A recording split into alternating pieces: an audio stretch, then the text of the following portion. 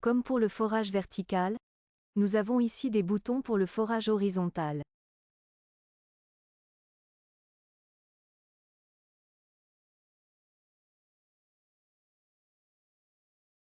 La perforation horizontale se fait par un clic de souris et nous pouvons voir ici en bas à gauche qu'une perforation est déjà affichée dans le graphique. Je peux maintenant compléter ce tableau en détail dans la barre latérale droite. Nous les avons à nouveau. Ces nouveaux points de référence nous permettent en fin de compte de déterminer les coins où le forage a lieu ici.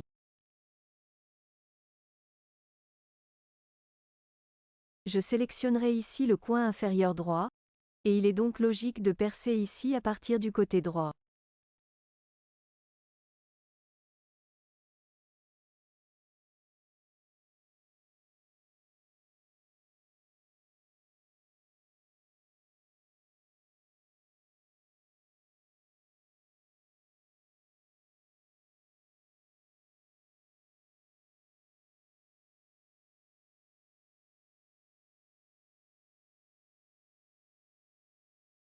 Sous Outils, nous sélectionnons les outils imprimés en gras, car seuls les outils imprimés en gras sont pris en compte dans la sortie CNC.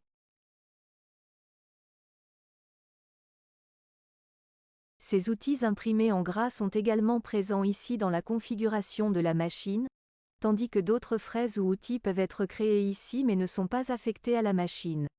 Seuls les outils imprimés en gras sont affectés à la machine et peuvent être utilisés ici.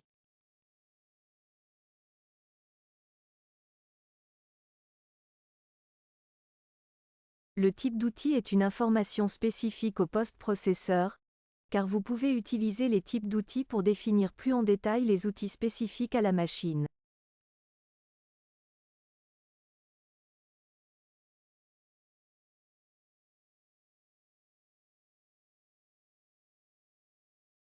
Dans le guide général, nous avons la possibilité d'examiner les conditions ici. Nous avons également la possibilité, si vous passez votre souris dessus, de voir la syntaxe entre crochets soulignés, où i est supérieur à g égale 500. Vous pouvez donc voir exactement comment une telle condition est structurée.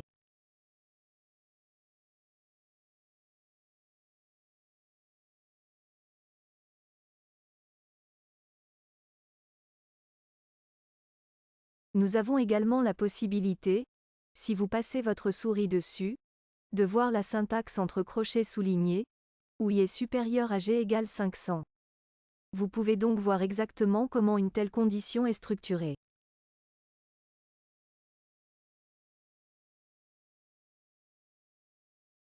Nous avons donc également la vitesse d'avance, et cette information devient spécifique à la machine, car toutes les machines n'ont pas exactement les mêmes paramètres, mais le post-processor Elements utilise ces paramètres pour effectuer correctement la mise en œuvre dans le code.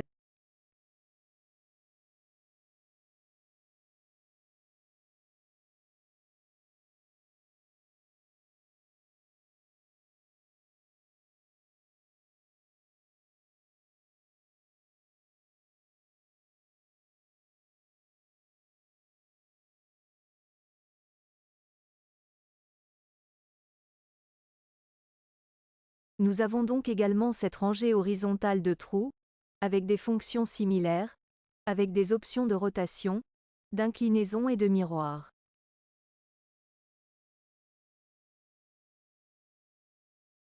Ici, nous avons également la possibilité d'agir au milieu, par exemple, nous avons la largeur de la grille ici.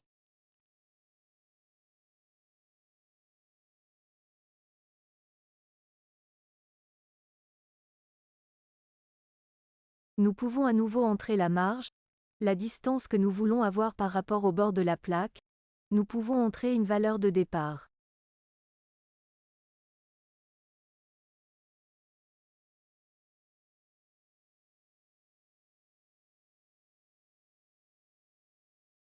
Et nous voyons maintenant qu'avec une valeur initiale de 60 de base en haut, en fonction de la distance.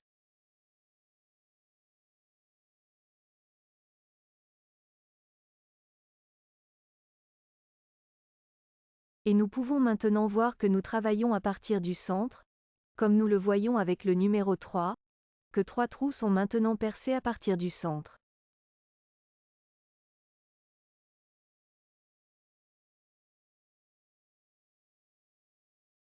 Ou 5 trous et il est donc logique de commencer par 0. Bien entendu, vous pouvez également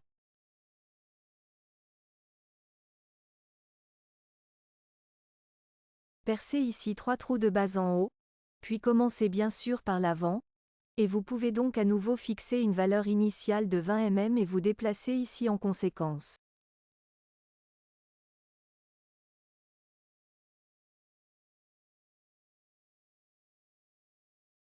Ainsi, vous pouvez toujours voir la configuration dans le contexte ou si vous faites un changement ici, la référence devrait également changer.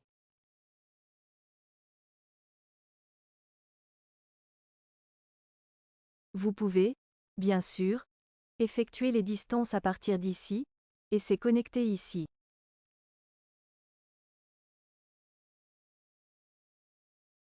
Oui, nous avons donc toujours les positions Z ici.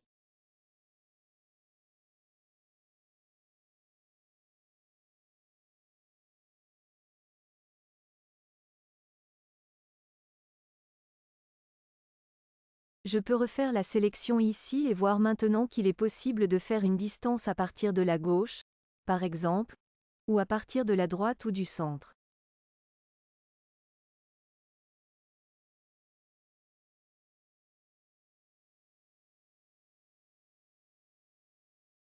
Le centre est le réglage par défaut et vous pouvez modifier les distances en fonction de vos besoins.